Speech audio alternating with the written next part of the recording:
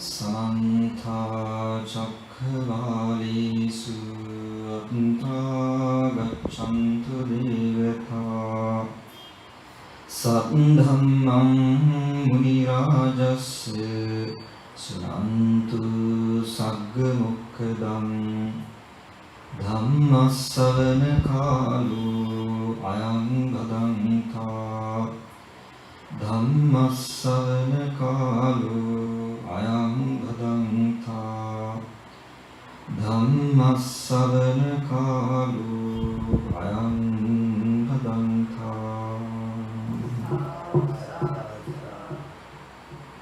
Namo Tassa Bhagavato Arahato Samma Sambuddhassa Namo Tassa Bhagavato Arahato Samma Sambuddhassa Namo Tassa Bhagavato Arahato Samma Sambuddhassa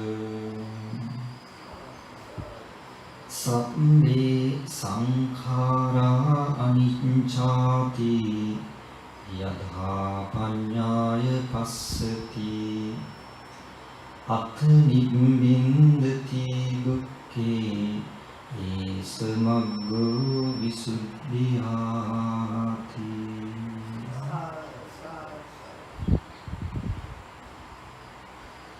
Dear pious devotees, today all of you have got together and we are going to perform one of the most important meritorious deeds. The Buddha said, Sabba Dhanam Dhamma Dhanam Chinati. The gift of the Dhamma excels all the other gifts. So today, you are organizing this to celebrate Mahiru Abesekara's 30th birthday. So as a Buddhist monk, I'm so happy to be here and I appreciate enormously these meritorious deeds because today so many people don't do these kind of meritorious deeds in their important days. So that's quite special, and as a Buddhist monk I appreciate enormously this meritorious deed and motive as well. So today I have quoted a stanza which I have taken from the famous text that's called Dhamma, the handbook of the Buddhist. So I have quoted here the 277 stanza. So let's consider the brief meaning of this stanza. Sabbe sankhara anicchati yada panyaya passati. Buddha says, all the conditioned things are impermanence. Sabbe sankhara anicchati yada panyaya passati. When one sees, realizes or understands this nature, Atha Nibbindati Dukke, he detaches or disgusts with the unsatisfactoriness or the suffering, which is called in Pali as dukkha. Esamaggo Visuddhya, this is the path to the purity or the liberation. This is the very simple meaning of this stanza. So today I basically intend to focus on anicca. Before that, as brief introduction, I intend to give a brief summary about the background in the India when the Buddha appears. So this teaching is more than 25 centuries old teaching, and this was revealed by the Lord Buddha. So, dear friends, there are basically two types of religions in the world.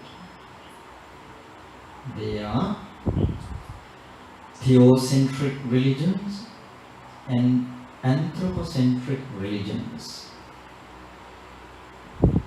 Theocentric religions means that the religions based on a supernatural God. And anthropocentric religions means the religions based on human beings. So, we all know what is based, the Buddhism based on. The Buddhism based on human beings. There is no any divine reveals in Buddhism. So, when the Buddha appeared in the world at that time, there were basically two teachings, we can say teachings, or the notions. One is Sassatavada, eternalism. The other one is Uchchedavada, we call in Pali Uchchedavada, annihilationism.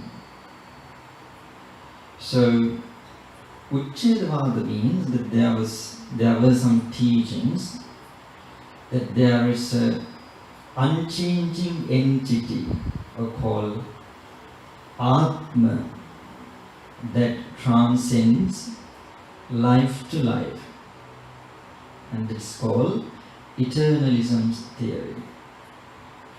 Then there was another teaching that's called Uchchedavada, which means that those people believed that after death everything is over.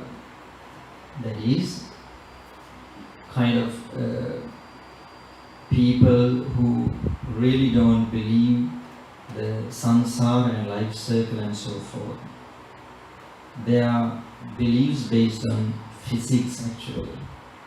So what the Buddha did, that he introduced to the world the middle path. All those teachings, what I have explained a bit earlier, that Sassatavada or eternalism encourages people to the extreme end of self-mortification. I think as Buddhists you all know about this. At that time those people tortured themselves in order to get the liberation. Then what the self-annihilationists did was that they went to extremism of indulgence, self-indulgence, which means Kama Sukhalikama Yoga.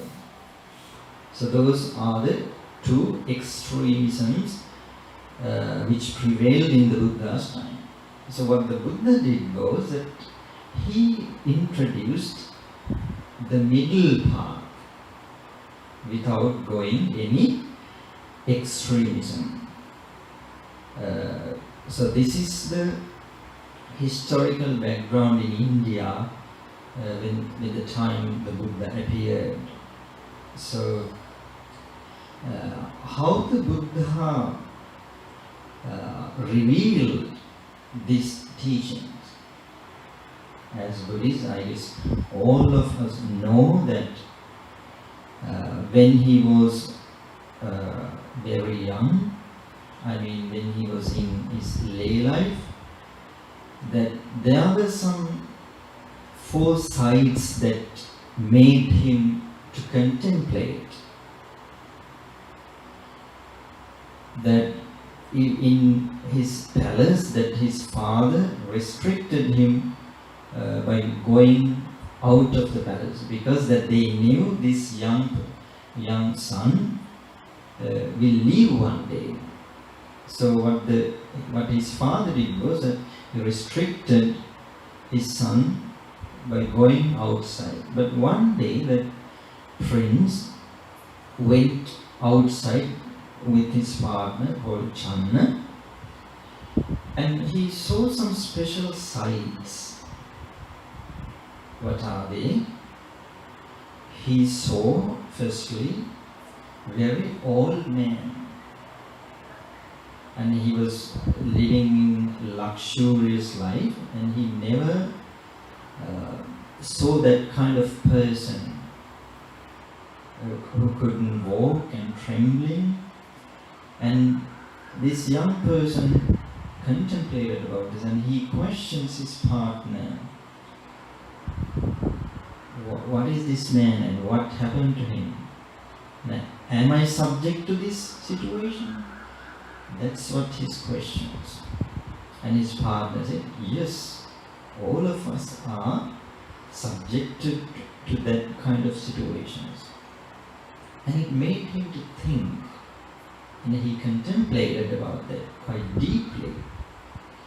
So again, he witnessed a sick person, a person who was gravely ill.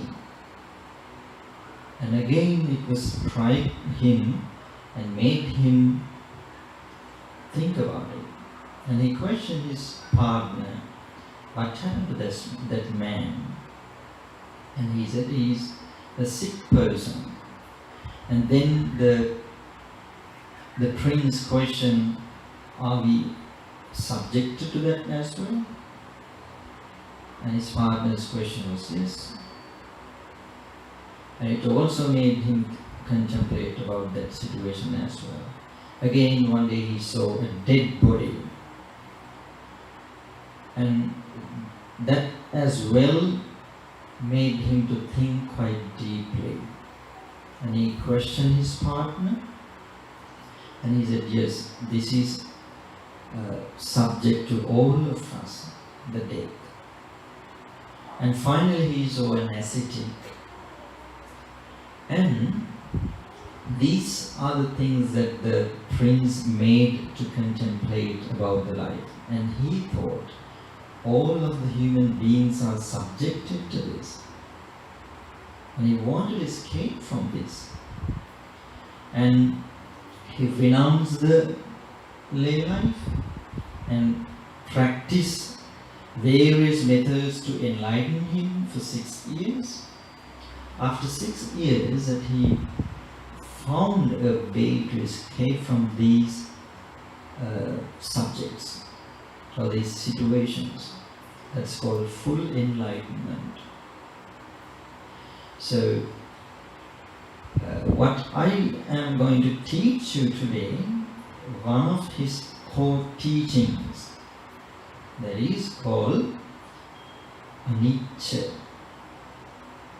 impermanence, uncertainty, transient. There are so many words. So, sabbe sankhara anicca, the Buddha says, is all the conditioned things are impermanence.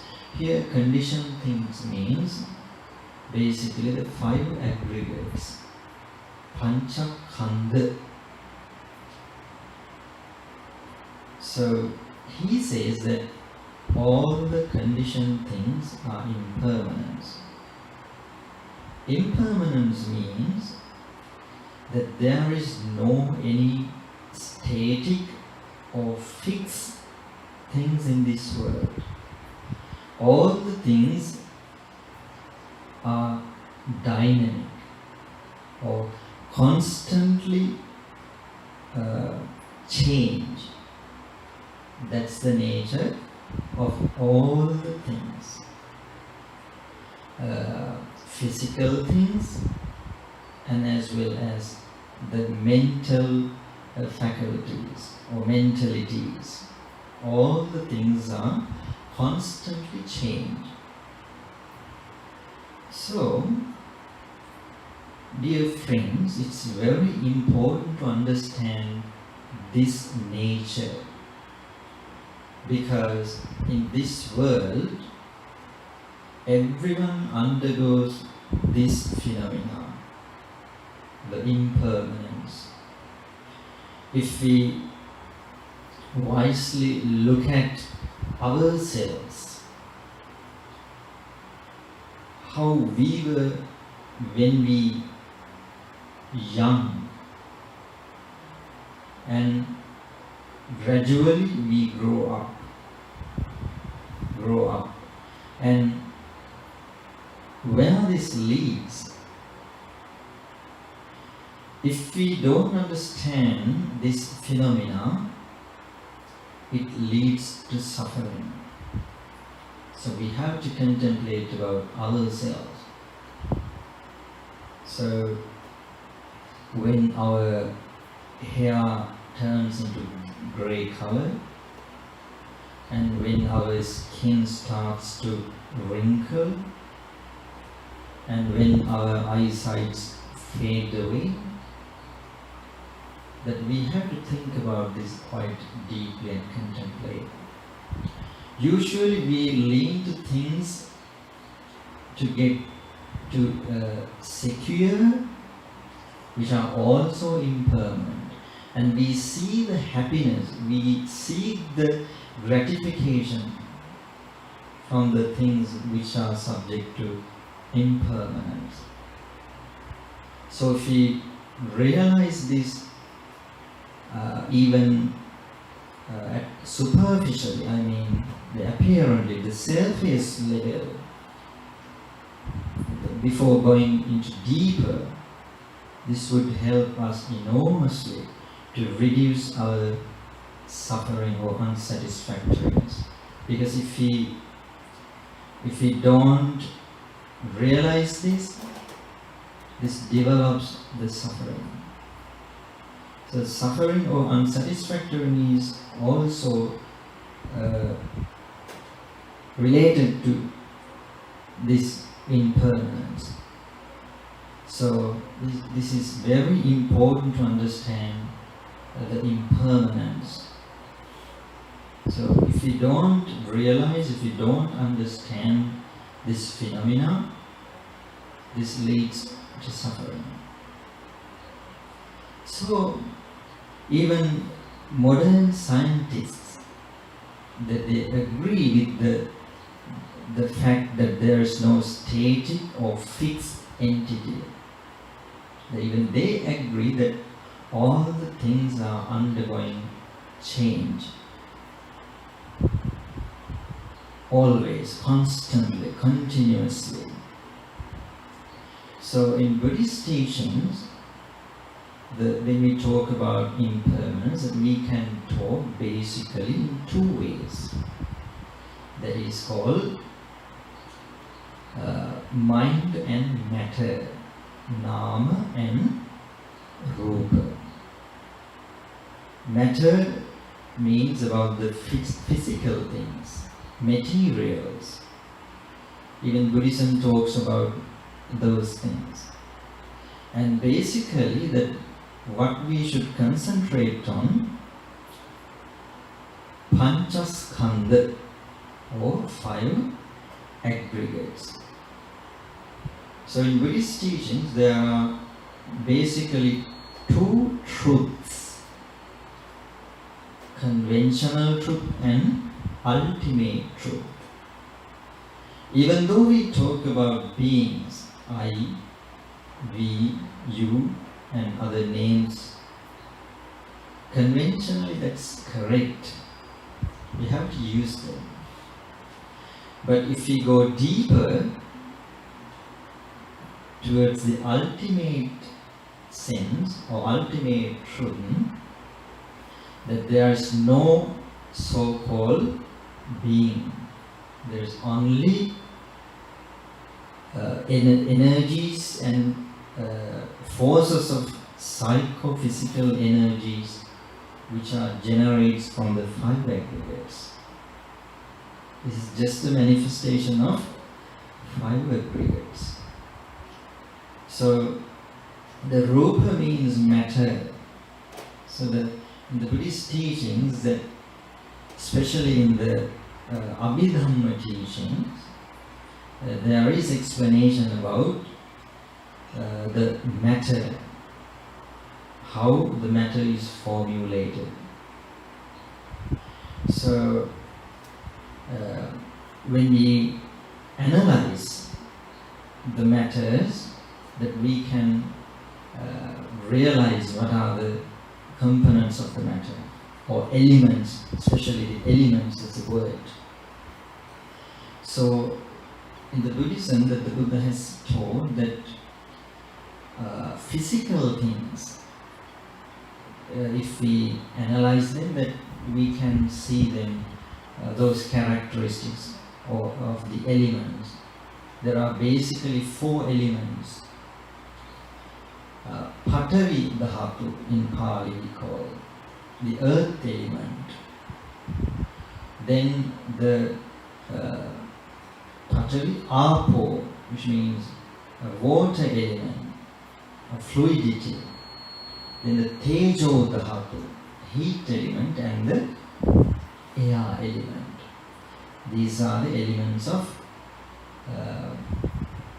matter or the form. So there is no fixed entity. All these elements are always changing, appears and disappears. This is the nature of all the material things. And dear friends, the mind, or the name we call Nama in Pali, undergoes the changes more than, the speed of the change is 17 times more than the material things. The speed of the mind, the changing speed of the mind. So we have to understand and we have to realize these teachings. Dear friends, the impermanence is kind of very deep phenomenon that we cannot easily see with our naked eye. But if we develop our mind, as the stanza says, yada panyaya passati, if we develop our mindset, and in Buddhism that's called insight meditation, vipassana. In that vipassana meditation, what we try to understand is that the impermanence of these phenomena, especially the 5 aggregates. This is very important to realize and understand in Buddhist teachings, the impermanence. So, dear friends, now I would like to quote some facts of a special sutra called Rattapala Sutra, which explains the impermanence and the fact why that we should go forth into religious practices. So dear friends, once, according to that sutra, there was a monk called Venerable Rattapala, and there was a king called Kauravya. There was a very interesting discussion between those two. So when King Kauravya met the Venerable Rattapala, and he started to talk with him. And Venerable Rattapala, when he was a layman, he was so rich young man. So King Korav questions him, Venerable, why you became a monk? You are so young and you are so rich, so what's the reason? So he explains his experiences, why people go forth for religious practices. And he says that people go forth for the religious practices because of aging.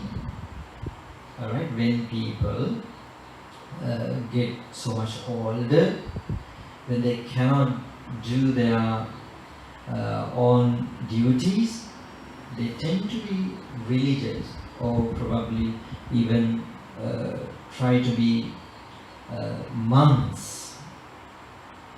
So he has realized that in that time the people try to be religious because of the old age. Then again he says, not only that, some people try to be religious because loss of wealth. And again he says another reasons that people go forth for the religious practices because of loss of relatives. And again he says some people go to monasteries and to try to practice religious practices because of sicknesses. And that's what he had understood, why people try to practice those religious methods, religious practices, or even try to be ascetics or monks. That's what he had realized. And he says, Venerable Bhante, you haven't faced any kind of these disasters in your life. So why you have decided to be a monk? So then, Venerable Rattapala explains his ideas, why he became a monk. He says, Great King, the world is unstable. The world is unstable. Again he says, there is no shelter and no protector for the beings. The second reason, again he says that there is nothing owned by the people or beings.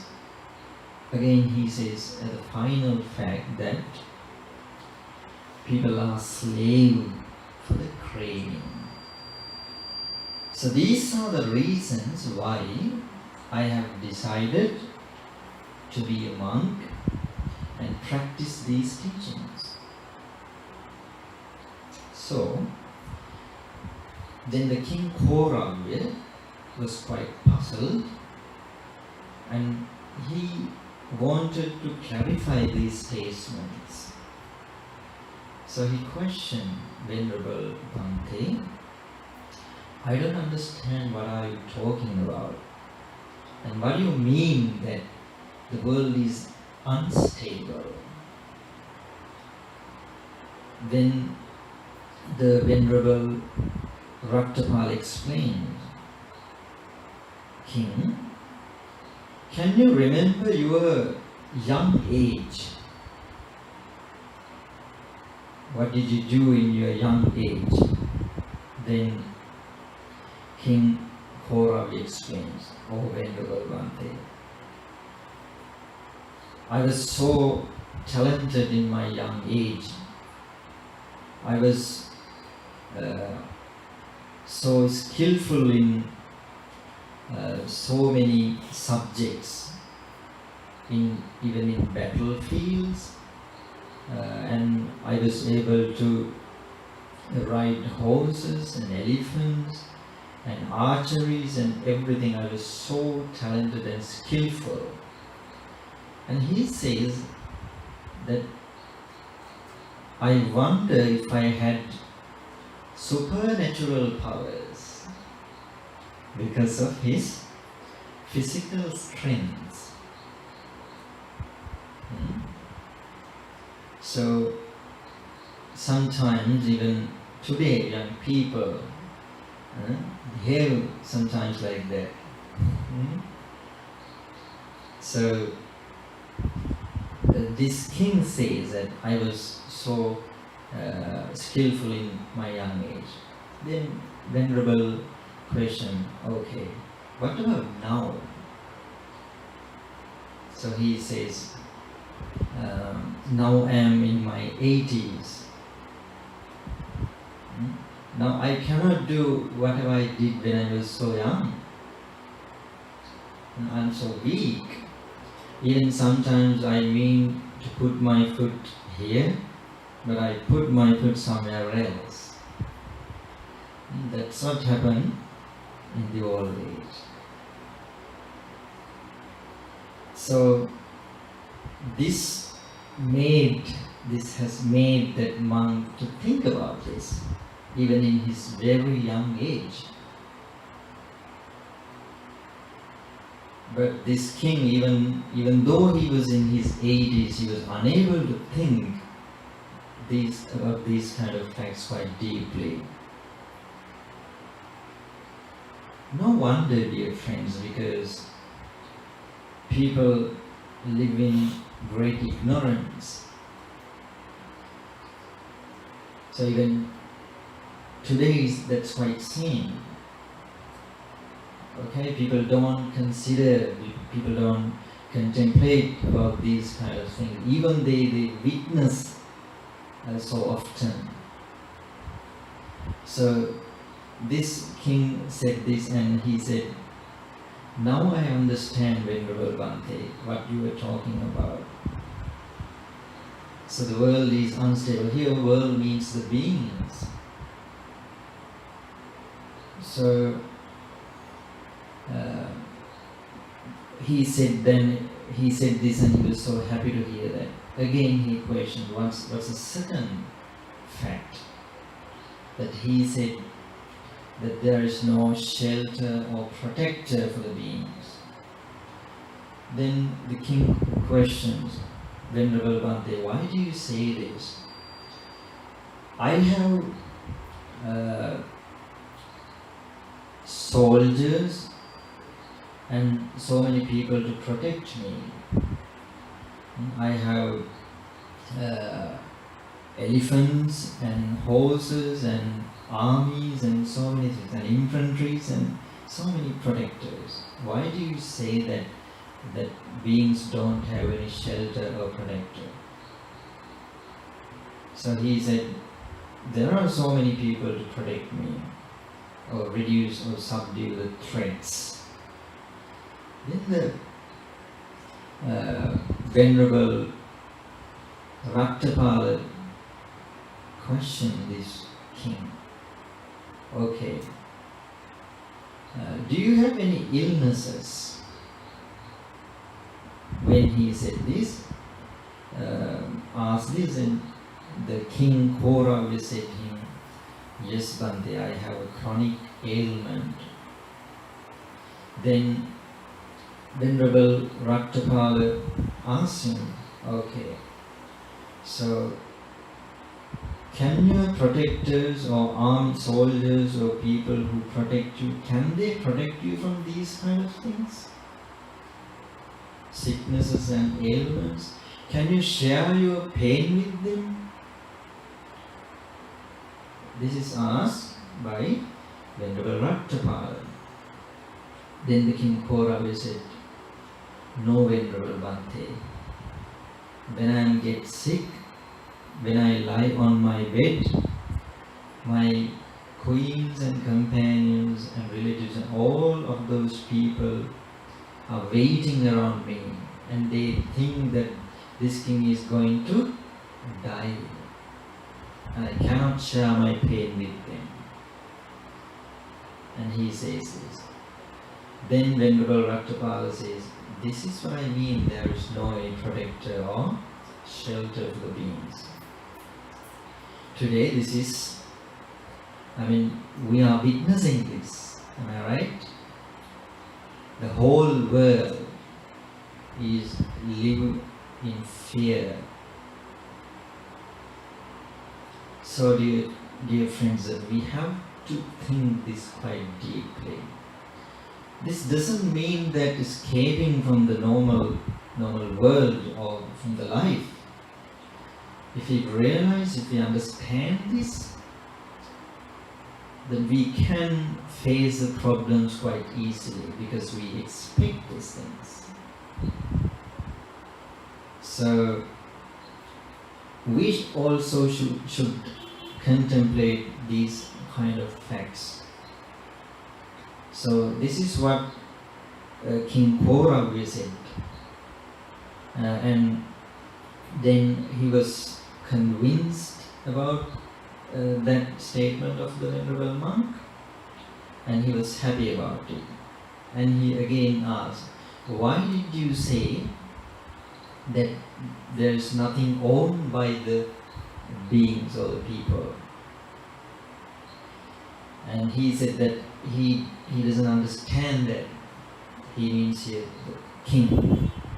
Then the Venerable Thero, Venerable Rattapala Thero, asked him about his treasure, about king's wealth.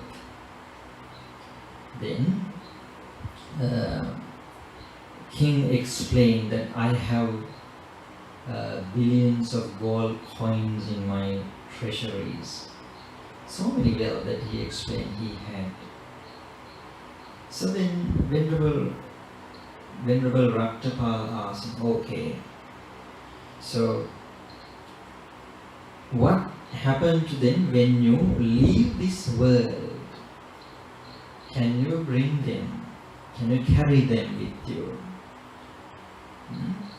So then King Kora says, no, Venerable Bhante, when I die, I cannot take anything. So when I die, these things, these properties and all the treasures will be taken over by my companions, my queens and my relatives and everyone. So I cannot take anything with me. He says that. Then Venerable Rattapala explained, that's what I mean, that we don't have anything that we are on. We have to leave them, we have to pass on them. So when we live in this world, that we should have some kind of understanding what we are doing, what we are possessing. And then the king realized what Venerable Rattapala was talking about, and he was so happy about it, and he agreed with Venerable. And then the final one, the final statement which made by the Venerable Rattapala, the beings are slave of craving. So king says that, Venerable Bhante, I don't understand this. Why do you say this? The world or the beings are slave of craving.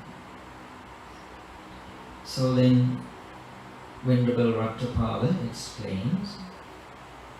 He asks, okay king, tell me, if someone comes from the north and he says that, king, there is a kingdom and there are a lot of wealth and a lot of things that you can easily conquer. Then Venerable Rattapala asks, When you hear this, what will you do? Then King Korava says, Venerable Bhante, I will go there with my army and I'll conquer it. And I'll get it under my ruling. And Venerable Rattapala questioned again. All the places of south, west and all the places when someone come and question and tell you that there are kingdoms that you can conquer, what would you do? Then King says, Venerable Bhante, I will definitely go with my army and I will conquer all those kingdoms.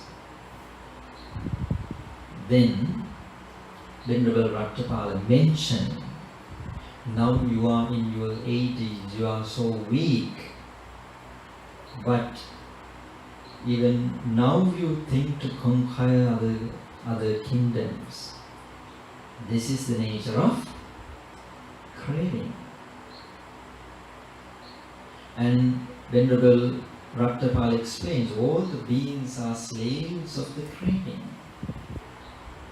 So dear friends, this is kind of fact that all of us should think, we should contemplate. This happens today in the world more than ever before. People now are being materials oriented and they seek gratification and happiness from the materials. And even Buddhist people now tend to collect the things and seek the happiness from the materials. It's okay that you can find happiness, you can get, but you have to think, this is not the ultimate happiness, which comes from the materials. So dear friends, because of these mindsets of the people, what is the mindset? That they believe that the happiness comes from the materials, and when they collect a lot of things that they can be happy, because they don't know that's the craving, that's the nature of the craving. Okay, they don't understand that. They always seek happiness through this, these senses. Okay, that we have 5 senses. We want to see pleasurable things always. We want to listen. Okay, good music or whatever we pleasure. Good smells and all those things. That's what we find. That's how we find the happiness. So people forget about how to find happiness and how to be happy, because they have become slaves of the craving. Dear friends, do you know the nature of the craving? Buddha has explained so many similes. What happens if we put fuel into the fire? Does it cease? No, it doesn't. That's the nature of the craving. We need always something more, something more. That's our nature. But if we can realize that we can find the happiness within ourselves, then we can be quite happy. We really don't need to hurry and find the things from the outside which brings the happiness. But today, because of this narrow mindset, people running all over and finding happiness, but cannot find that happiness in that way. So we have to think, we have to contemplate these kind of things. So what we do today, most of the people, we forget the nature of the being, what I explained earlier, the old age, the sicknesses and all those stuff. When we talk about this, some people say, oh, what are you talking about? This is pessimism or negative thinking or something. So is this pessimism or negative thinking? No, dear friends, this is not negative thinking, or rather some scholars say Buddhism is kind of pessimistic teaching, but it's because of misunderstanding. If we realize the true nature, that we can face quite well when those difficulties come to our lives, then we really don't need to be panic. We really don't need to panic or to weep, that we can face them quite well. So we have to think these kind of things. So what I wanted to tell here, that the impermanence, this is subject to all the people and even materials and everything in this world. There is nothing, any single thing that we can find everlasting. Everything undergoes constant change. This is the true nature of the things.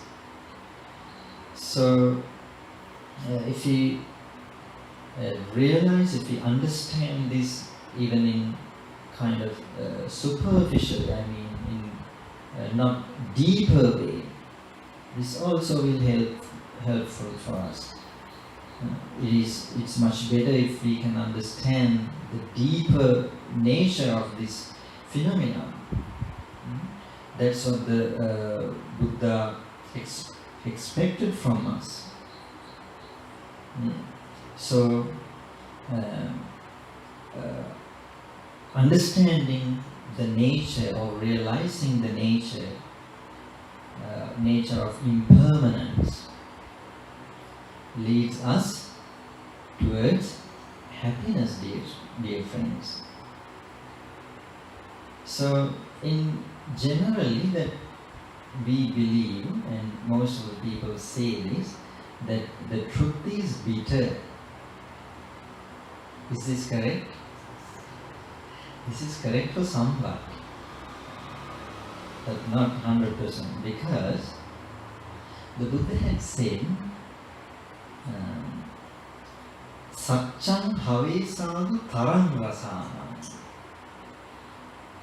This means the truth is the tastiest of the taste. Truth is the tastiest of the truth, of the tastes. So this is the truth. This is the truth. This is the eternal truth that never changes. So finally, that we can say that there is only one thing permanent. What is that? That is impermanence. That is the only permanent thing. Alright, so by saying this at the end of the sermon, that I would like to share a story, because probably after sermon people remember the stories. So I would like to share a story at the end of the sermon. This is, I quoted from a sermon. Actually, this was preached by Venerable Achancha. You all know about him, right? Thai Buddhist monk, one of the most famous Buddhist monks. This is the name of the story is Good, bad, who knows? Have you ever heard this? Good, bad, who knows? This is a story which belongs to Mahayana teachings. That doesn't matter, that we can get some ideas. So, in ancient China, there was a farmer. Alright? This farmer had a horse. So he was living in a remote area. That this horse was so useful to him. And he used to take his goods from the city and use that horse to carry his goods to the city and so on. So one day, this horse was disappeared, nowhere to be found. So the villagers came to the farmer and asked, "Oh, what happened, farmer? That you lost your only wealth? How you gonna live now? You have nothing. How you take your things to the city and all those stuff?" What did this farmer say? Was that he said, "Good, bad, who knows? Good, bad, who knows?" Then after a few days, that horse came back with some wild horses, some other bunch of wild horses. Then again villagers came to the farmer and said, "Farmer, now you are so rich, this is wonderful." And they praised this thing. But the farmer, he said, "Good, bad, who knows?" That's what he said. Then, after a few days, that farmer had a son, only one son. So he was looking after those wild horses, and one day he broke his leg because one of those horses threw away the son of its back. So what happened was that young son, only one son, broke his leg. So he couldn't walk well, he was a cripple. Then the villagers came to the farmer and said, "Oh, that's terrible, what happened to your son? You're only one son. How is he going to manage? He broke his leg." Then the farmer, he said, "Good, bad, who knows?" And after a few days, after some time, the king of that country started a war with the neighboring country. And he decided to recruit all the young men to the army. And the army came to that village as well. Recruited all the able young men except that farmer's son. So he said, "Good, bad, who knows?" So if we realize, if we understand this nature of impermanence, we can quite live like that farmer. Okay, but if we deeply understand, as the Buddha expect, by saying that yada paññāya passati, that's the true nature of arahanta. The true nature of arahanta. They don't panic when these kind of things, or we call vicissitudes, happen to their lives. So now I'm going to stop the sermon, and I wish all of you to get the maximum benefit of this valuable teachings. Thank you very much for your kind listening.